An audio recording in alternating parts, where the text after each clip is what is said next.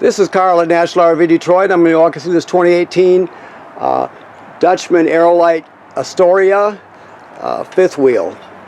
Okay, so here I am on the door side, of course. You've got a power awning, aluminum stairs, outside speakers. You have a ground control system, which is an automatic stabilizing system. Okay, I'll show you more about that when I get to the controls. You've got a cable or antenna out here and power, and you can hang a TV there. That is the vent for your range hood. Make sure you always open this up when you're venting to the outside. There's a baffle in it. This is your city water fill, or your fresh water fill. Normally you're going to use city water, but in this case, let me get it. In this case, if you go to a campground that does not have plumbing on the campsite, you can pre-fill your onboard tank and then use the water pump to pressurize and pump the water. So even if you don't have city water with this trailer, you can make it. You can operate all the plumbing just like you do. All right, this is your water heater here. It's empty right now. You see the plug is out. It screws right in there. But right now it's empty. The controls to operate it are inside. Never run it without water in the water heater tank. So you always have to check and make sure you got water in the tank. This thing here is it's got a touch panel control control pad there, and that's the control box for it. Okay. Let's see what else we have in here. That on the other side, we'll show you that when we get over there. But that is your auto level control.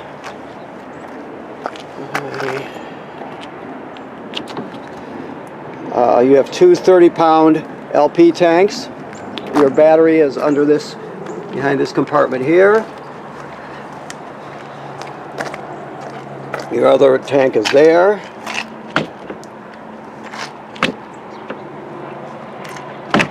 Okay. This is your control panel for your leveling system here. I'll just talk you through it. The directions are right here, so it makes it convenient. You're going to turn it on, of course. It always wants to have a fully charged battery to work, so keep that in mind. So to auto level it, I'm just going to push auto level right there, and it will level it. But other functions are you can access them from this little monitor here, this little readout. So if you scroll through it, drop front jacks, you push enter, auto reconnect. This is a common one to use because what it does, auto reconnect always puts the front end to the same height that it did the last time you hitched up. So it remembers the last hitch height, and it'll return it to that height. So you should be able to hitch right up or come pretty darn close to it without doing anything. It just should return it to the proper height. Also, you can scroll a little farther. Manual mode, you can operate them all separately. Retract, auto, retract all. Okay, so there's a lot that you can do with it. Always to retract, make sure you push the retract button first. And to select any of those, you press enter. All right, so this is your water here. I showed you that there was a water fill on the other side for the fresh water. Well, usually you're going to just use this one right here. This is the city water hookup. You just hook it up and you're ready to go. This is the port to hook up sprayer up. All right, satellite and cable into the trailer. This is are the bypass valves for your water heater. You know, before you pump any antifreeze into the system, you have to bypass it. It's bypassed right now because it's winterized, but that's where you control the bypass valve from. And down here, this is your black tank flush. So, let's see where we're at here. Let me find the handles here. Yeah, so there are your dump handles right there, your valves. Gray is on the right, black is on the left. You always dump the black first because the black is toilet water and waste. And then you dump the gray, which is sink and shower water. It's just cleaner water than the black water, so you do it in that order.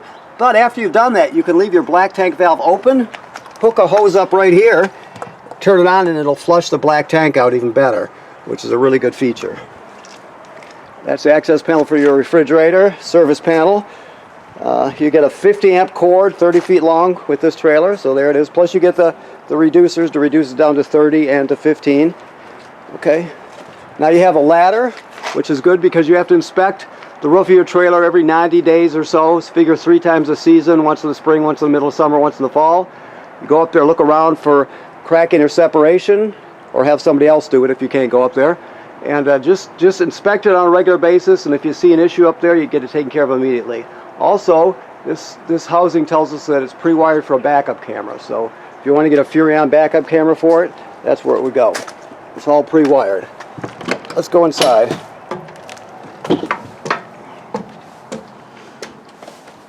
Okay. So your control panel is right here. So the first thing we'll do is turn on all the lights. You can do them separately, but that you can do without the code. The access code for this is probably going to be 40, so let's try that. Yep, so you can set it any way you want it, but that's the default right there. So go to pages. So you can select your tanks, that sort of thing. Your awning light. Don't modify it. Let me go back this way. Your tank levels right here. You know, they're all empty right now, as you can see. Your battery's charged at 13.2 volts, so that's good. Let's see what else we have here.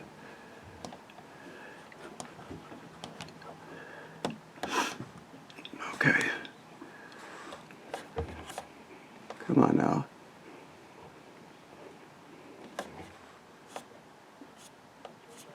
Hard to scroll up a little bit. Let me cancel that out. There we go. Okay. So you can access your water heater on and off right there. On electric or propane, it runs on gas or electric. Remember to make sure, or both, make sure you want to check to make sure you've got water in the tank. Your water pump is accessed there. I just turned it on. You probably heard it. So there you have it. Okay, let me see here. Your slide out is in right now.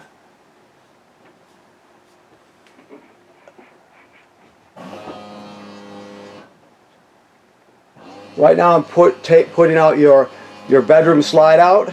You can't see it here, but you can probably hear it. There you go.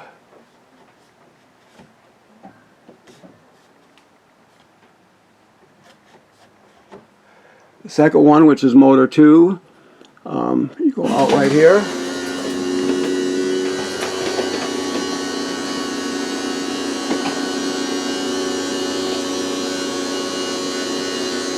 So you can turn this, while this is going out, you can turn this dinette into a bed by dropping the table down onto these cleats and using the other cushions to fill in the space. You get an extra bed there. Obviously you have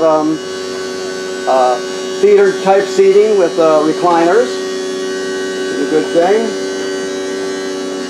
Okay, you've got a power vent up here, which is a really great thing to have because you can pull that heat out when on the days where you don't quite need air conditioning. If you run that and run the one in the bathroom, you can really pull the heat out of here and cool it down really effectively. All right, so this is the remote control for your ceiling power vent, your max air vent that I just showed you. Your thermostat is right here. You just push the button. Auto fan is just a fan running without the air conditioner. The air conditioner right there, it's on auto. You always want to run them on auto if at all possible. Heat auto. Okay, so that's pretty common. You can do high and low with the fan, but generally speaking, leave it on automatic. That's the best way to run it. All right, so the refrigerator is a gas absorption refrigerator. It means it runs on 110 AC or on 12 volt DC. So I turn it on right there. You can see it went on. The next button is the mode button. So right now it's on auto. You can put it on gas that way, but it's on auto. So auto basically means electric. So what happens is electricity takes parameters, so it automatically seeks out electricity, and if it finds it, it'll run on AC power. If it can't, it'll automatically light on gas. So that's why they call it automatic. Now if you go away for the day exploring and you have a power outage at the campground, for example, it'll sense it and automatically switch over to gas for you so you don't spoil your food. So generally running on auto is the best way to run it.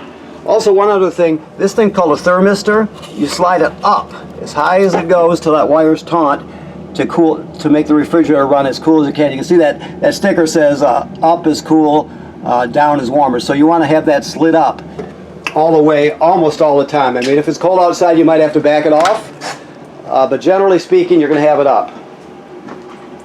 Alrighty, so you have a TV, obviously. You have a fireplace. Now the fireplace is also a space heater, so you turn it on. You can see how it's flashing the H right there. That means it's on high. You can also switch it to low, or let me see here.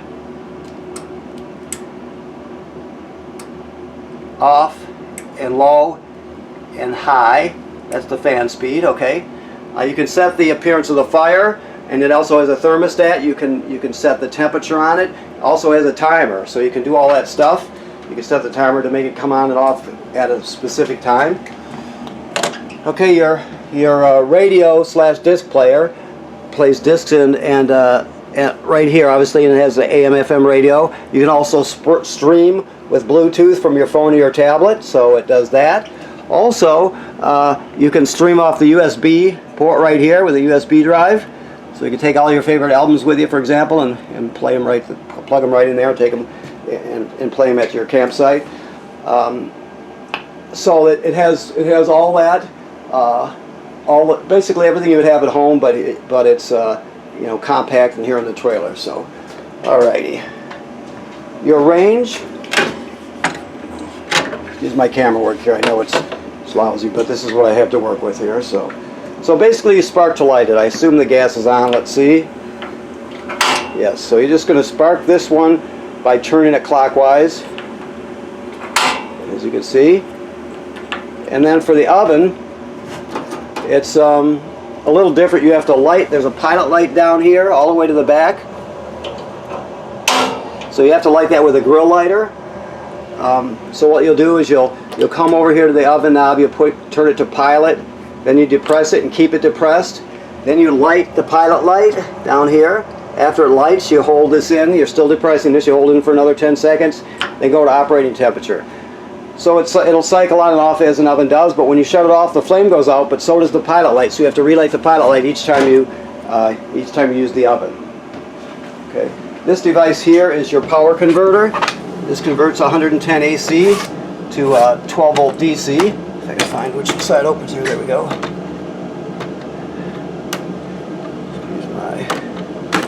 Come on now. I might need some help here with something to get it past the latch here. Alrighty, hold on please. Let me improvise right now. Okay. So this is it right here. So what this does, it converts AC to DC power. So you have regular 110 volt AC circuit breakers right here, just like you would have at home, and they're all labeled. Then the power is converted to 12 volt DC over here. You have 12 volt fuses, and they're all labeled. If any of those fuses were to blow, they'll light up, so you can see them glowing through this tinted plastic right here. And also, when you're plugged in, this is a battery charger, and it's more like a tender. So it'll sense how much energy your battery has, how much it needs, and then if it's so low, it'll send 10 amps or whatever it needs, and if it's charged, it'll just trickle a couple to keep it topped off. So it's kind of smart, and it's a battery tender. Alrighty, so microwave works like any other microwave. This is your range hood and light and vent. Okay, let me look around. I think I've got this room done pretty well. So we go up the steps. We're going to hang this bracket for you, or this handle here, the safety handle, in a minute for you. Okay, your sink and your shower work like any other sink and shower. The thing is, with the toilet, this is the flush pedal right here. Let me get my camera on it. This is the flush pedal. So when you push it, the trap door opens, and of course when the water is turned on, water will come swirling out and go down the drain. The black tank is directly below. So when people talk about the toilet being dry, they're talking about the black tank below. So when you first get to the campground, you have to put chemical and water in it. So first thing you're going to do is take whatever brand chemical you use, you put it right in there. Then you're going to step on the pedal. Water will come swirling out. You put about a gallon or so of water in the tank before you use it, along with the chemical. So you always have to do that, otherwise the smell will be unbearable, and you'll never do it twice. So keep in mind, when you're starting off camping with the dry black tank, you're going to put chemical in it and at least a gallon of water. People say between a gallon and 2. Alright, so that's your wardrobe slide out, of course. This is pre-wired for a second air conditioner. That's what this sticker says here. So just so you know, another air conditioner can drop right in here. That's why it's a 50 amp systems, because it's pre-wired for a second air conditioner.